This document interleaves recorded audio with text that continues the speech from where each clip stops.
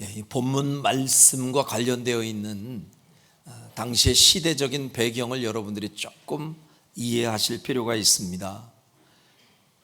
이스라엘이 바벨론이라는 나라의 포로로 붙들려 약 70여 년간의 포로 생활을 하게 되죠. 하나님의 뜻하신 섭리 가운데서 이루어진 일입니다. 하나님은 그 기간 동안 비록 그들이 노예 생활을 하며 포로 생활을 하지만 그 삶을 통해서 자신들의 잘못을 깊이 반성하고 회개하고 더 성숙한 사람으로 회복되기를 하나님이 원하셨습니다. 그래서 바벨론에 의해 70여 년의 그 오랜 시간 동안 그들은 참 고통스러운 시간을 보냈는데, 시간이 다 채워지자 하나님이 약속하신 대로 하나님은 그 바벨론의 손에서 이스라엘 백성들을 이제 자유하게 해주시는데, 그때 사용했던 나라가 바벨론보다 더 큰 제국이었던 바사 제국, 오늘 우리가 이해하기 쉬운 단어로는 페르시아 제국입니다. 바벨론은 절대로 무너지지 않을 것 같은 나라였는데 하나님이 더 센 나라 바사 제국을 통해서 이 바벨론을 점령하게 하십니다. 그리고 당시에 고레스라고 하는 왕의 마음을 하나님이 감동시켜 주사 70여 년 동안 포로로 붙들려 있던 그 소수민족을 불쌍히 여기고 긍휼히 여겨 그들을 고국 땅으로 보내게 해주시는, 그 일을 하나님께서 진행해 주셨습니다. 이게 얼마나 감사한 일입니까? 그러니까 70년 동안 힘이 없어서 자유하지 못했던 이스라엘 백성들은 하나님의 특별한 은혜 가운데에 이제 1차, 2차, 3차로 나뉘어서 고국 땅 예루살렘으로 귀환하게 됩니다. 첫 번째 귀환하게 되는 사람들 가운데에는요, 당시에 스룹바벨이라고 하는 괜찮은 지도자, 멋진 지도자가 이 이스라엘 백성들의 일부를 데리고 예루살렘으로 귀환하게 되는데요, 가서 고국 땅에 가보니까 땅이 형편없이 황폐해져 있습니다. 그 가운데 가장 가슴 아팠던 일은 70여 년 동안 무너져 있었던 성전이었어요. 이스라엘 백성들, 특별히 예루살렘에 머물던 사람들에게 있어서는요, 예루살렘에 있던 그 성전은 민족의 자존심이고 나라의 상징이었거든요. 그들은 선택받은 하나님의 백성들로서 하나님과 교제가 가능했던 그 성전이 무너진 것은 자신들의 삶, 인생, 나라가 다 무너졌다고 생각을 했었습니다. 근데 그 땅으로 가보니까 성전이 무너져 있으니 얼마나 가슴 아파요. 그래서 제일 먼저 그들이 해야 될 일이 성전을 재건하는 일로 마음먹고, 스룹바벨을 위시하여 많은 백성들이 열심히 노력해서 성전이 조금씩 조금씩 재건되고 완공되게 됩니다. 자, 거기까지는 좋았어요. 그런데 오늘 이제 에스라가 등장하는데요, 같은 시대에 살던 에스라라고 하는 사람은 제사장이면서 하나님의 말씀을 깊이 연구하고 잘 아는 학자였습니다. 학자였어요. 근데 그 사람은 지금 바사 제국에 머물러 있는 상태예요. 그런데 에스라가 가만히 듣자 하니 당시에 처음 1차로 귀환했던 백성들이 가서 성전을 겉으로 잘 건물은 재건했다고 하는데, 그러면서 이제는 제사도 다시 드리기 시작하고 절기도 다시 지키기 시작한다 하는데, 에스라가 가만히 듣자 하니 또 보아하니 여전히 아직도 무너져 있는 게 있었어요. 그건 영적으로만 깨달을 수 있는 내용인데, 겉으로 보이는 성전은 재건되었는지 모르지만 당시에 이스라엘 백성들이 하나님을 섬기던 그 섬김의 마음, 다른 말로 말하면 마음의 성전이 다 무너져 버리고 피폐해져 있는 상태로 그대로 무질서하고 또 황폐하고 피폐한 삶을 살아가는 백성들의 사정을 에스라가 느끼게 됩니다. 그래서 에스라는 그 시대에 누군가가 꼭 해야만 했던 하나님의 일을 생각하며 특별한 결심을 하게 되는데, 에스라에게 있던 은사는 말씀드렸듯이 하나님의 말씀을 잘 연구하고 공부해서 말씀을 잘 아는 학자이면서 제사장이에요. 그러니까 에스라가 생각할 때 이런 마음을 먹습니다. 그 특별한 마음이 10절에 나와 있어요. 같이 한번 읽어보시죠. 다시 시작. 여호와의 율법을 연구하여 준행하며 율례와 규례를 이스라엘에게 가르치기로 결심하였었더라. 당시 그 시대에 에스라가 꼭 해야만 할 하나님의 일이 무엇인가, 에스라는 이 생각을 한 거예요. 내가 하나님의 율법, 하나님의 말씀을 더 깊이 연구하고 더 가까이 해서 하나님의 말씀을 내가 먼저 알고 그 다음에 그 말씀대로 내가 준행하며, 그리고 에스라에게 주신 사명, 그 하나님의 율례와 규례를 지금 마음 성전이 무너져 버려 있고 신앙이 무너져 있고 피폐한 삶을 살고 있는 내 백성들, 이스라엘 백성들에게 하나님 말씀을 가르쳐야 되겠구나, 이 결심을 하기에 이르릅니다. 그러니까요 여러분, 눈으로 보는 성전만, 눈으로 보는 건물만 성전이 아니에요. 에스라가 진단하기에는 눈으로 보이는 성전만 재건했다고 끝이 아니라 마음의 성전을 제대로 짓고 마음의 신앙이 제대로 견고하게 세워지지 아니하면 건물 다 지어놨다고 다 끝이 아니다. 에스라는 그런 위기의식을 가지고 이 이스라엘 백성들에게 어찌하든지 하나님의 말씀을 가지고 가서 그들을 가르치고 그들을 교육해서 그들이 무너진 마음의 신앙이 다시 회복되기를 원하는 그런 마음을 가졌던 것입니다. 자, 그런데 당시에 에스라는요 어떤 사람이었는가? 당시에 이 바사 제국의 왕이 아닥사스다라고 하는 왕이었거든요. 근데 그 왕이 이 에스라를 너무너무 총애하고 신임하는 거예요. 이스라엘 사람인데도 너무너무 신임하고 이 사람을 좋아해요. 아주 총애를 하고 있습니다. 자, 6절 보니까 한번 같이 읽어보시죠. 시작. 이 에스라가 바벨론에서 올라왔으니 그는 이스라엘의 하나님 여호와께서 주신 모세의 율법에 익숙한 학자로서 그의 하나님 여호와의 도우심을 입음으로 왕에게 구하는 것은 다 받은 자이더니.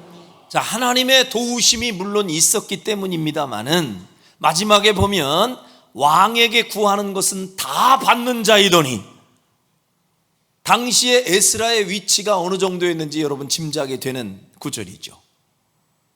세상 임금이지만 바사 제국의 왕이지만 그에게 에스라가 뭐가 필요하다 하고 손 내밀면 뭐든지 구하면 다 준다는 거예요. 어떻게 이게 가능해요? 그만큼 왕이 신임하고 아끼는 사람이었다는 거죠. 그러니 가능하다면 이 바사 제국의 왕 아닥사스다가 이 에스라에게 뭘 원하든지 다 주려고 하는 마음이 있으니까 당시에 그 제국의 고위 관직을 원하면 줄 것이고 부귀영화를 누리고 싶다면 얼마든지 그 배경을 허락해 주었을 상황입니다. 인간의 욕심으로 보면 그런 위치에 있던 에스라라면 당연히 세상의 높은 관직에 올라서 남은 생에 멋지게 부귀영화 누리면서 살고 싶은 마음 왜 없었겠습니까?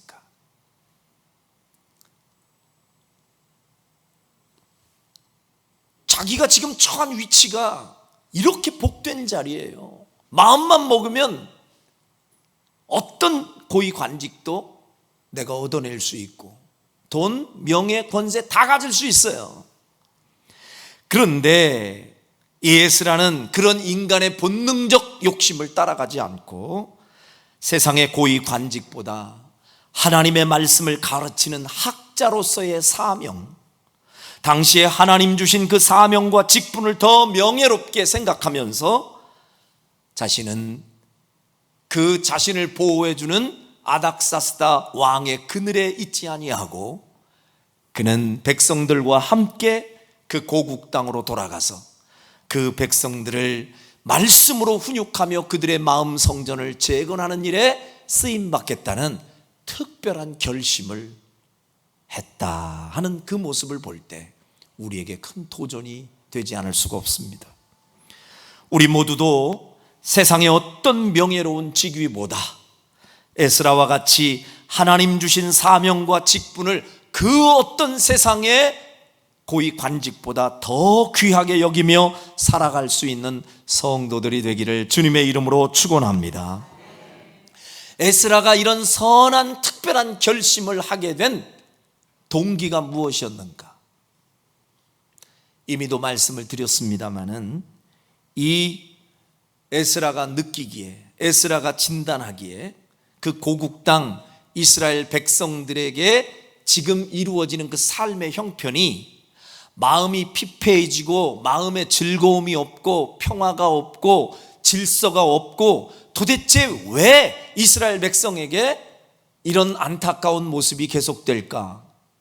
성전도 다 건축되었고 제사도 다시 드리기 시작했고 절기도 다 다시 드리기 시작하는데 여전히 이스라엘 백성들에게 기쁨이 없고 행복이 없는 이유가 뭘까? 에스라는 정확하게 그걸 영적으로 진단합니다. 여러분, 겉모습으로는 문제가 전혀 없는 듯한 모습이지만 이스라엘 백성들의 영적인 실상이 심각하게 문제가 있었던 것처럼 오늘 이 시대를 살아가는 신앙인들 가운데도 이런 모습이 있는 경우 많습니다. 성전 건물은 화려한데 성도들의 마음 성전은 형편없이 무너져 버려 있고 바닥 긁는 소리가 나고 마지못해서 신앙생활을 근근히 이어가는 그렇게 피폐한 영혼들이 많이 있다는 거 아니겠습니까? 이 부분을 진단하지 않으면, 이 부분에 대해서 문제의식을 갖지 않으면 우리도 당시에 이스라엘 사람들처럼 건물 뻐젓이 잘 지었고 거기서 내가 절기도 잘 지키고 제사도 잘하는데 뭐가 문제냐고 이렇게 종교인으로 전락해버리는 사람이 될 수밖에 없어요. 오늘날 많은 교회들이 사실 예전에 비하면요 얼마나 교회 건물이 아름답고 좋아졌습니까? 우리 교회 성전도요 꽤 좋은 교회예요. 아유 목사님 그런 말 말씀 마세요. 뭐 저기 보니까 막 300억짜리 거기 지은 교회 보니까 우리 교회는 아주 그냥 초라하게 그지없던데. 그게 아니에요. 진짜 옛날에 진짜 어려운 시절을 보냈던 옛날 믿음 생활했던 분들이 보면 지금 여기는 진짜 별 5개 호텔보다도 좋은 데라니까. 우리 지방회에 한 교회가요 역사가 한 50여 년 된 교회가 있어요. 목사님이 청년 때에 개척해서 가장동 있는 데에서 개척해가지고 50여 년 지나 지금 은퇴하셨거든요. 근데 말씀 들어보니 그때 당시에 벽돌 건물 꿈도 못 꾸고 천막 하나 쳐놓고 밑에는 진짜 가만히 깔아놓고 앞에 무슨 괴짝 같은 상자 하나 놓고 그렇게 목회를 시작했고 성도들은 여름, 겨울 여러분 무슨 난방장치, 냉방장치가 어디 있어요? 그냥 부채 붙여가면서 그렇게 참 어렵게 신앙생활을 했던 옛날 간증을 제가 들은 적 있어요. 그때에 비하면 오늘 우리가 예배드리는 이 상황이 얼마나 행복한지. 여름에 조금 습해지고 덥다 싶으면 적절하게 온도를 맞추어서 에어컨을 여러분들에게 맞춰드리는데 그것도 성도들의 눈치를 봐가면서 좀 춥다 하면 좀 온도 높여주고 조금 덥다 하면 온도 낮춰주고 소리가 너무 크다 그러면 줄여주고 이것도 신경 쓰이는 사람도 있어요. 그래서 천장에다 달으라 에어컨. 막 옆에서 나오는 난 바람 너무 싫다고 하는 사람들. 요즘 성도들이 얼마나 고급스러운 성도들이 많은지 그 비유 맞추기가 얼마나 어려운지 몰라 진짜. 겨울에는 난방기로 다 온도 조절해 줘. 그럼에도 불구하고 예전에 비하면 그렇게 성전이 인테리어도 잘 돼 있고 예배드리기 좋은 환경이 잘 갖추어졌는데, 우리가 예배 안 하는 것도 아니고 절기를 안 지키는 것도 아닌데, 문제는 당시에 성전이 재건되어 있지만 마음의 성전이 싸그리 무너져서 마음은 피폐해져 있던 당시의 사람들과 같이 오늘 이 시대의 많은 성도들이 감사가 사라지고 기쁨이 사라지고 신앙생활하면서 행복이 사라진 채 마지못해서 코 꿰어서 주일이니까 또 끌려가서 예배 드리고 의무적으로 자기 의무를 다 했다 하는 그런 종교인과 같은 신앙인들이 얼마나 많냐고요. 에스라는 보이는 성전 건물을 재건하는 일만큼이나 중요한 것이 백성들의 마음 성전을 건축하는 일이 더 시급하다고 깨달았던 것처럼, 저는 우리 한세중앙교회 성도들이 몇몇 분들이 항상 목사한테 얘기해요. 목사님, 우리 교회에 어떤 때 보면 앉을 자리가 없어요. 막 연합예배 드리면 막 미어 터지는 것 같아요. 여기 우리 학생이 여기 앉은 거 봐봐요. 이거 봐요. 막 콩나물 씨루 같잖아. 너무 불편해져. 그러니까 말이야, 성전 좀 옮기자고요. 성전 좀, 목사님, 성전 좀 다시 좀 크게 좀 졌으면 좋겠어요. 다 좋은 말씀이에요. 하나님이 은혜를 베푸신다면 그런 날도 분명히 오리라는 믿음도 있어요. 그런데 한편의 마음속엔 저는 그 보이는 성전 건축과 건물을 올리는 것만큼이나 더 시급한 일이 우리 교회 성도들의 마음 성전을 더 견고하게 잘 짓고 무너진 마음을 먼저 회복하는 것이 더 급한 일이라고 믿습니다. 에스라는 그 이스라엘 백성들의 마음이 왜 그렇게 형편없이 무너지고 마음이 황폐할까? 그 이유를 영적으로 진단합니다. 그건 돈이 없어서도 아니고 척박한 환경 때문도 아니고 그건 태어날 때부터 흙수저 물고 태어나서도 아니고 그런 외부의 환경 때문에 지금 이스라엘 백성들에게 기쁨이 없고 행복이 없는 게 아니라 그들에게 하나님의 말씀이 없어서, 내 백성이 지식이 없어 하나님의 말씀에 대한 지식이 없어 망하는도다 했던 말씀처럼 에스라도 하나님의 말씀에 대한 무지 때문에, 말씀을 소홀히 여기는 그 자세 때문에 지금 이스라엘 백성들에게 그런 어려움이 있다고 진단했던 것입니다. 이 이야기를 뒤집어서 적용하면 타락한 사회, 타락한 백성의 마음을 바로 세울 수 있는 유일한 처방은 다른 데 있지 아니하고 오직 하나님의 말씀에서부터 출발한다는 사실, 그 하나님의 말씀이 가장 효험 있는 특효약이라는 사실 믿으시기를 바랍니다. 그래서 에스라는 이 백성들의 무너진 마음을 회복시키기 위해 하나님의 말씀을 내가 더 연구하여 내가 하나님의 말씀을 그들에게 가르쳐야 되겠구나, 이 특별한 결심을 했던 것입니다. 여러분, 하나님 말씀은 우리 개개인뿐만 아니라 이 민족과 나라를 소성케 하고 회복시키는 가장 중요한 키가 되고 기준이 된다는 사실을 믿으시길 바랍니다. 동시에 민족과 가정이 복을 받는 기준이 되는 것도 하나님의 말씀에서부터 출발해요. 믿으십니까? 여러분 보세요. 성경에는 많은 곳에서 복이라는 단어를 언급하고 있는데 그 복을 받는 전제 조건이 하나님의 말씀과 연관되어 있음을 곳곳에서 발견할 수가 있습니다. 예를 들어 드리겠습니다. 시편 1편 1절로부터 2절에 보면 복 있는 사람은 악인의 꾀를 쫓지 아니하며 죄인의 길에 서지 아니하며 오만한 자들의 자리에 앉지 아니하고 오직 뭐를? 여호와의 율법을 뭐하여? 즐거워하여 그의 율법을 주야로 묵상하는 자로다. 할렐루야. 여기서 말하는 여호와의 율법이 하나님의 말씀이에요. 하나님의 말씀을 즐거워하고 하나님의 말씀을 주야로 묵상하는 자, 그 사람이 하나님 보실 때 복 있는 사람이라고 성경은 이야기합니다.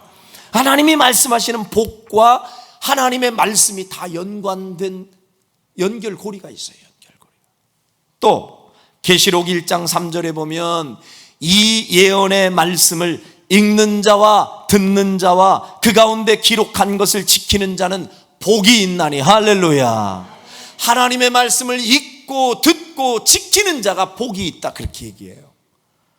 또 말씀드립니다. 신명기 28장 1절로부터 2절에 보면 네가 네 하나님 여호와의 말씀을 삼가 듣고, 뭘 듣고?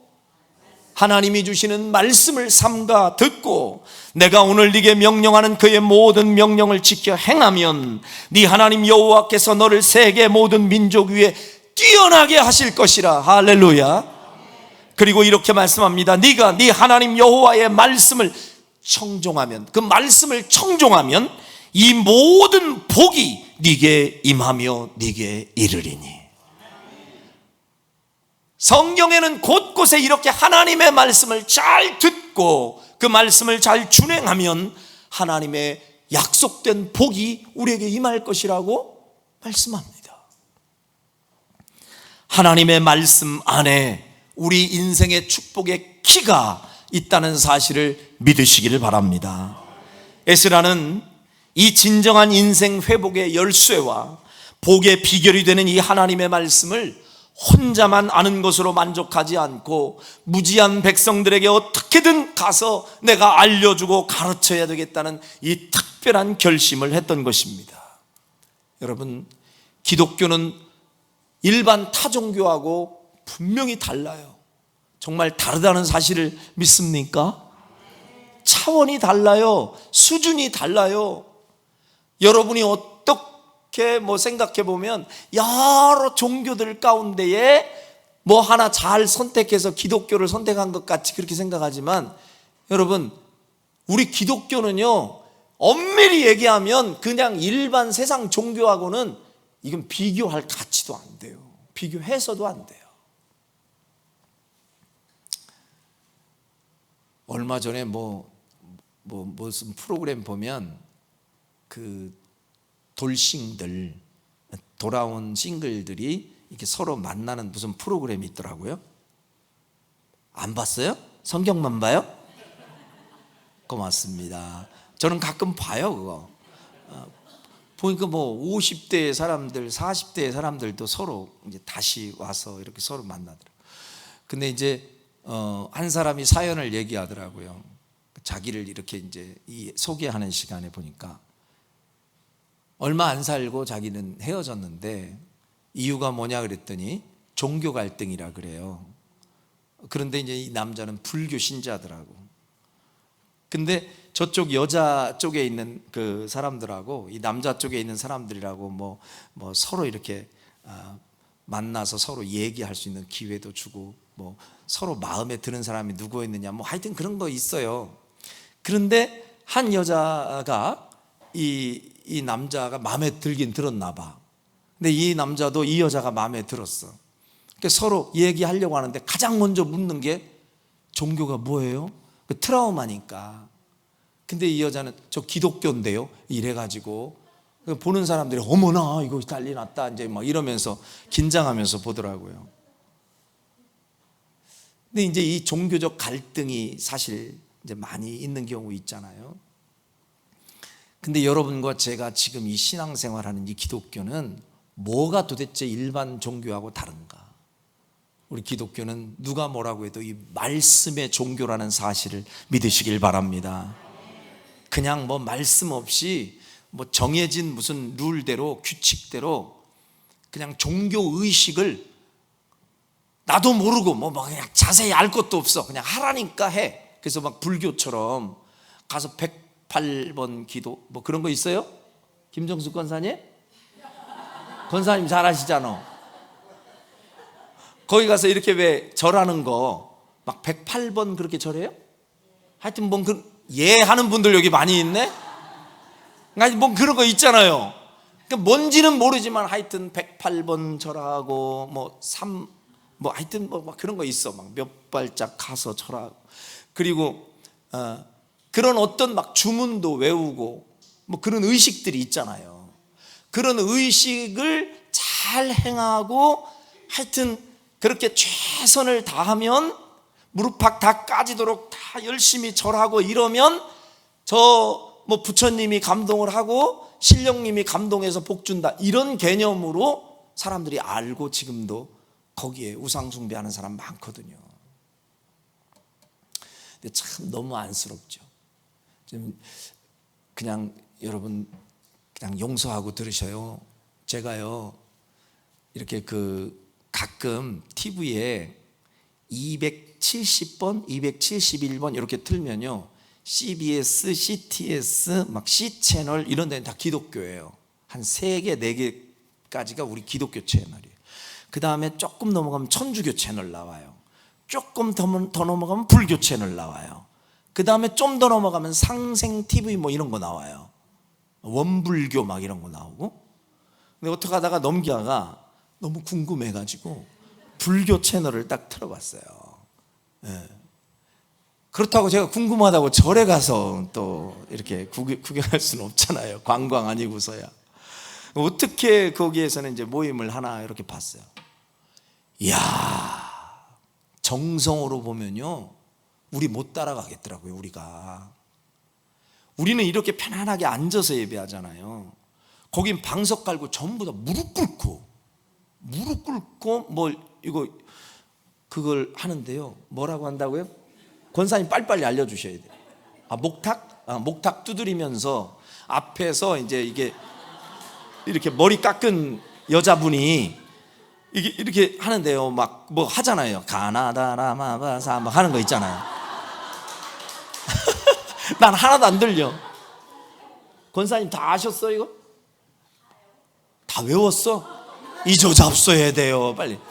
그러니까 보니까 막 뭐 알아듣지도 못해. 그냥 거기 하시는 분들도 모르는데 막 다 거기 써 있는 대로 어디 나라 말인지도 모르는 그 말들을 이렇게 주문 외우면서 하는데요, 시간이 얼마를 지나가는 동안 계속 그걸 읊어대는데 무릎 꿇고 딱 정자세로. 근데 그분들은 그게 부처님의 마음을 감동시키는 최선이라고 생각하는 거예요. 이 땅의 모든 종교의 특성은 이렇게 무엇이 됐든 우리가 이 땅에서 그 누군가 절대자에게 감동을 시켜드리려고 최선을 다해서 뭐 면벽 수도도 하고 금식도 하고 뭐 하여튼 그런 고행을 거쳐서 어느 지경에 올라가는 것을 목표로 하는 게 일반 종교의 특징이라면, 기독교는 출발부터 달라요. 출발부터. 여러분, 복음의 시작이 뭔지 아세요? 복음의 출발은 우리가 무엇을 해서 하나님께 뭐 감동시킨다? 이 지성이면 감천 이런 단어는 사실 우리 기독교의 용어는 아니에요. 기독교의 출발은 우리에게서 출발하는 게 아니에요. 하나님에게서로부터 출발이에요. 그게 무슨 말이냐? 하나님이 세상을 이처럼 사랑하사 독생자를 주셨으니 이는 누구든지 그를 믿는 자는 멸망하지 않고 영생을 얻으리라. 할렐루야. 하나님께서 우리를 긍휼히 여기시고 불쌍히 여기셔서 하나님이 일방적으로 먼저 찾아오셔서 우리에게 손 내밀어 주시고 우리를 어둠에서 건져내 주시고 지옥 갈 자를 건져 주시고 여러분을 사랑해 주시고 우리가 이해가 잘 안 되는 사랑을 우리에게 먼저 베풀어 주신 거예요. 그 하나님의 고마우신 사랑 앞에 너무 감격스러워서 반응하는 것이 오늘 우리가 드리는 예배의 본질인 줄로 믿습니다. 그러니 어떻게 이 신앙생활을 일반 종교생활하고 비교할 수 있겠느냐고요.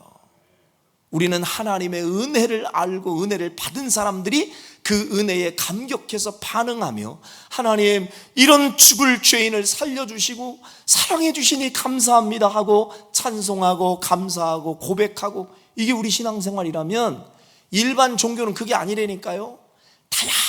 거창한 애씀과 노력을 통해서 뭔지는 모르지만 이 도에 달해 보려고, 그 해탈의 경지에 올라가 보려고 인간의 힘으로 애쓰고 몸부림치는 게 종교의 특징이에요.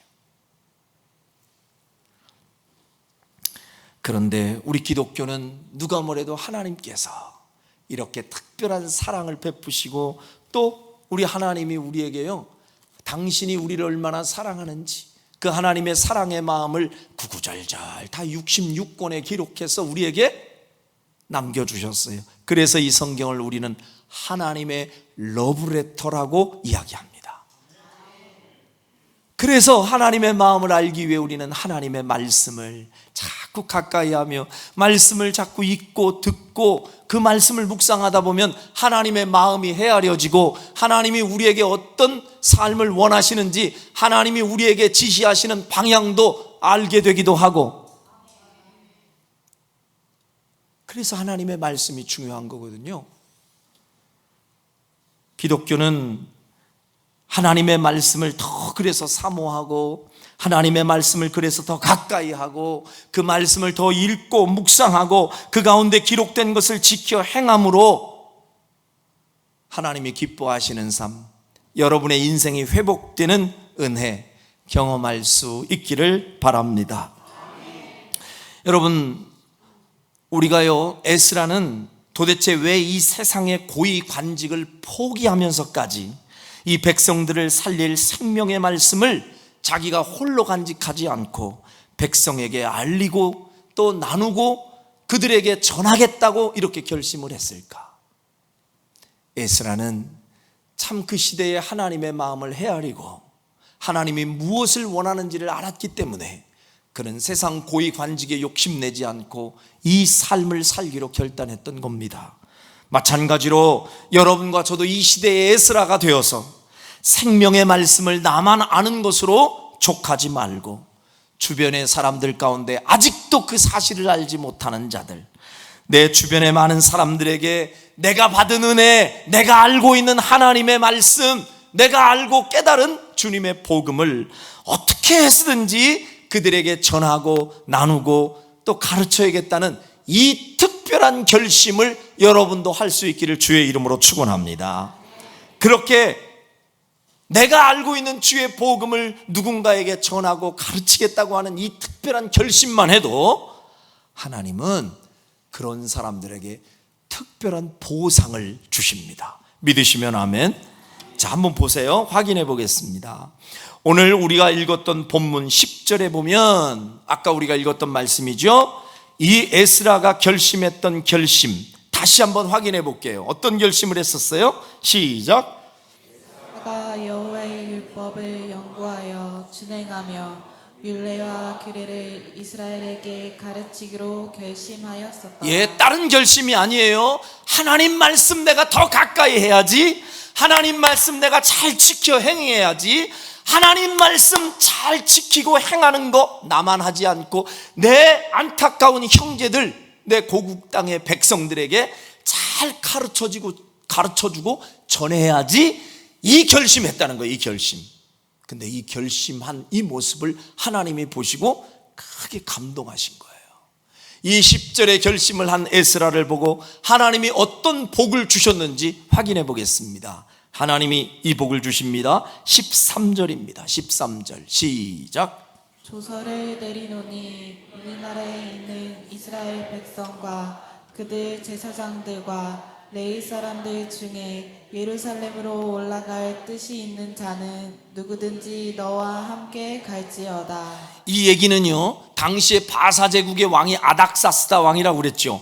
그 왕이 에스라를 너무너무 이뻐하고 총애한다고 그랬죠. 근데 에스라가 이 땅에 제가 머물러 있지 아니하고 저는 고국 땅으로 가서 제가 하나님 말씀을 좀 전해야겠습니다 하고 아랬더니 이 아닥사스다 왕이 그걸 방해하지 않아요. 그걸 막지 않아요. 그런데 막지 않고 보내주는 것만으로도 고마운데 이 왕이 조서를 내려서 명을 하는데 뭐라고 말하느냐? 네가 이스라엘로 갈 때 그 귀한 일을 감당하려고 할 때 너에게 필요한 사람이 있으면 다 데리고 가거라. 다시 말하면 제사장들, 레위 사람들 중에 예루살렘으로 올라갈 뜻이 있는 사람이 있으면 누구든지 너와 함께 갈지어다. 사람을 갖다 붙여주는 거야. 사람을 갖다. 여러분, 이거는 겉으로 보면 아닥사스다 왕이 도와준 일이지만 실제는 그 배후에 하나님께서 그 왕의 마음을 움직여 주신 걸 믿으시길 바라요. 그래서 에스라가 하나님의 영광을 위해서 내가 일해야지 하는 마음 딱 먹었더니 하나님이 에스라가 일할 때 필요한 사람, 도움이 될 만한 사람을, 숨겨졌던 사람을 붙여서 그들과 함께 가라고 도와주시는 하나님이 여러분에게도 은혜를 베푸시길 주의 이름으로 축원합니다. 다른 말로 인적 자원을 공급해 주신다 그 말입니다. 인적 자원. 하나님 앞에 이 선한 결심을 가지면 하나님이 이렇게 우리에게 인적 자원을 주세요. 두 번째, 20절에 보니 또 다른 자원도 하나님이 주세요. 20절 시작. 그 외에도 내 하나님의 성전에 쓰일 것이 있어서 내가 드리고자 하거든 무엇이든지 궁중 창고에서 내다가 드릴지니라. 야, 이런 일이 어디 있어요? 이런 일이 어디 있어요? 에스라가 자신의 고국 땅으로 가서 예루살렘에 있는 성전에서 하나님이 주신 일을 하겠다 그러니까 이 왕의 마음이, 이방 나라 왕이에요. 그 왕의 마음이 감동되어서 에스라야, 너 가가지고 가면 하나님 성전에서 할 일도 많을 텐데 내가 보니까 넌 돈도 별로 없는 것 같아.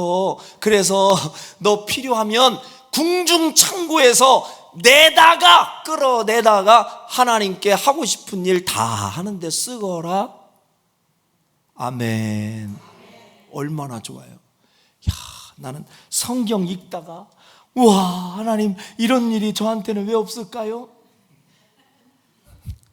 오늘날로 얘기하면 어떤 사람이 카드 하나 딱 주면서 목사님 기죽지 말고 주님의 일 하실 때 원 없이 긁어요. 그러면서 카드 한 장 딱 주는 거하고 똑같아 지금.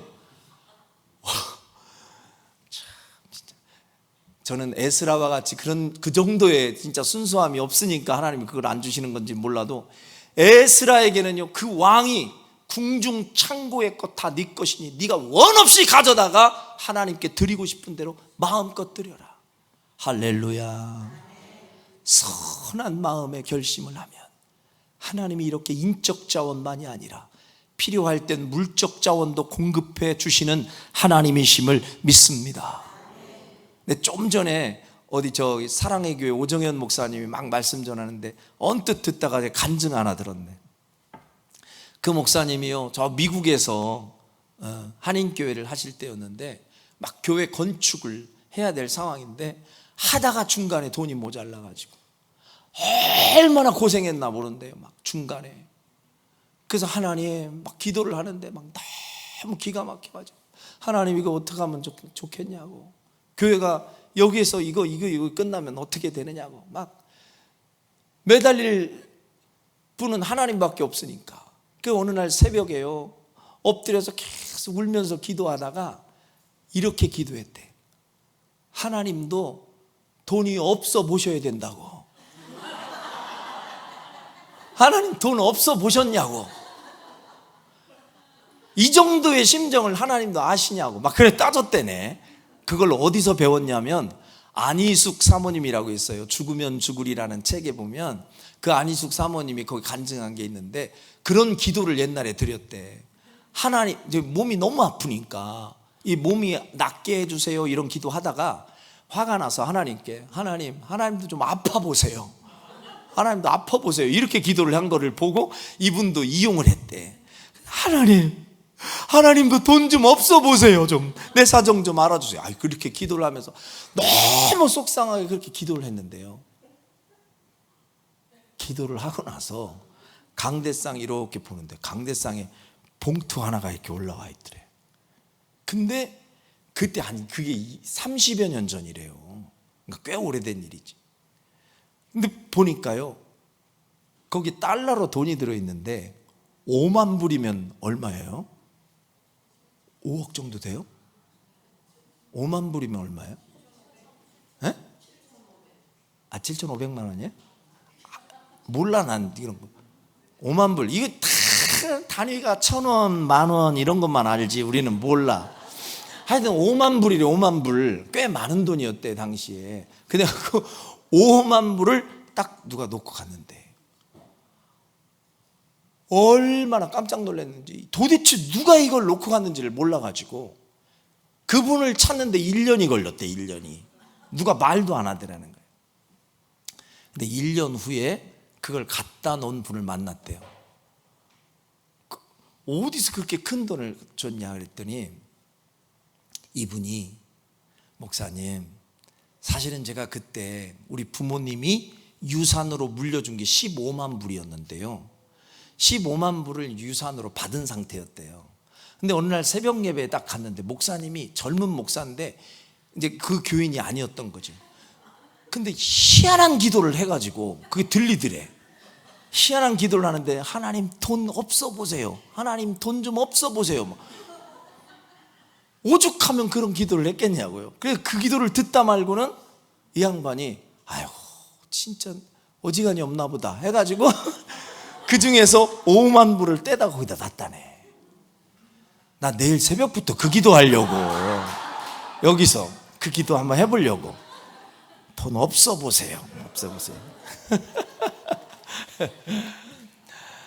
네, 여러분, 참 하나님이 그 필요를 보시고 정말 선한 일에 주님의 일을 하려고 몸부림을 치면 그 하나님이, 그 능력의 하나님이 없어서 못 도와주실 분이 아니거든요. 그분은 가난한 분이 아니시거든요.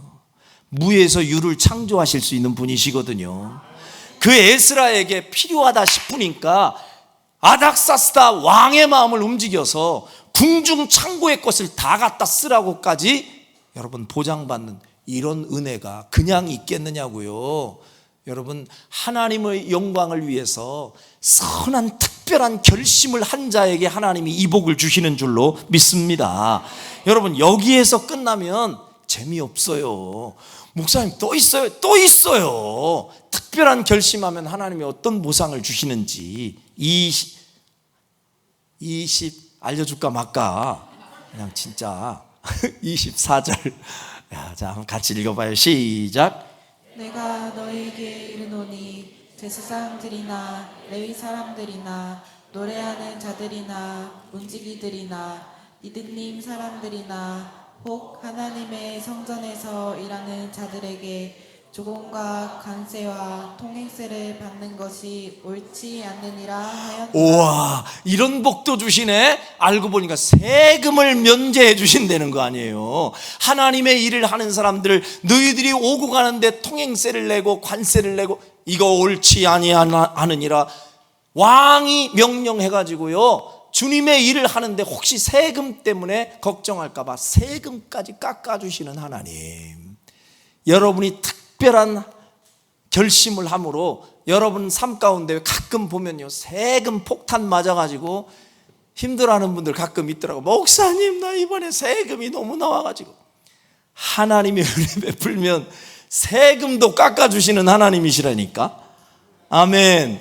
야, 하나님이 여기까지만 일하시는 게 아니라 또 25절 26절에 이런 은혜도 보장해 주셨습니다. 25절 시작.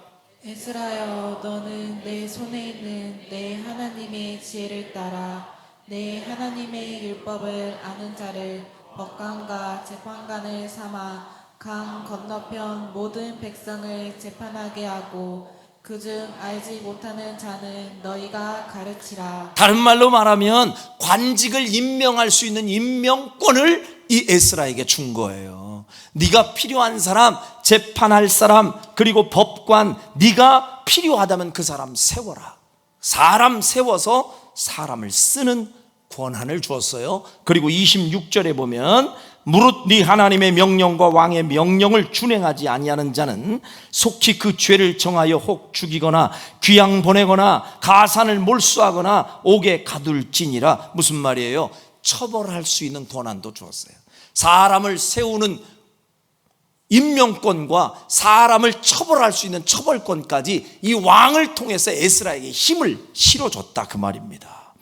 여러분, 에스라가 하나님을 위해 말씀을 더 가까이 하고 말씀을 준행하며 그 말씀 가르치며 살겠다는 그 선한 결심을 했을 뿐인데 하나님은 감동하시고 그에게 상상을 초월한 다양한 방법으로 그를 축복하고 계시는데, 이 복이 여러분에게도 경험되기를 주의 이름으로 축원합니다. 오늘 본문 가운데 나타난 이 에스라의 특별한 결심이 여러분의 동일한 결심이 되어 에스라가 받은 하나님의 선하신 복을 여러분 모두도 동일하게 받아 누리시기를 다시 한번 주의 이름으로 축원합니다. 에스라가 결심했던 그 결심 한 번만 더 확인하고 끝내겠습니다. 10절 한 번 더 보죠. 한 번 더. 10절. 이 결심이 여러분의 결심이어야 돼요. 다시 시작. 에스라가 여호와의 율법을 연구하여 준행하며 율례와 규례를 이스라엘에게 가르치기로 결심하였었더라. 다른 결심 말고 에스라는 율법을, 하나님 말씀을 더 깊이 공부하겠다는 결심.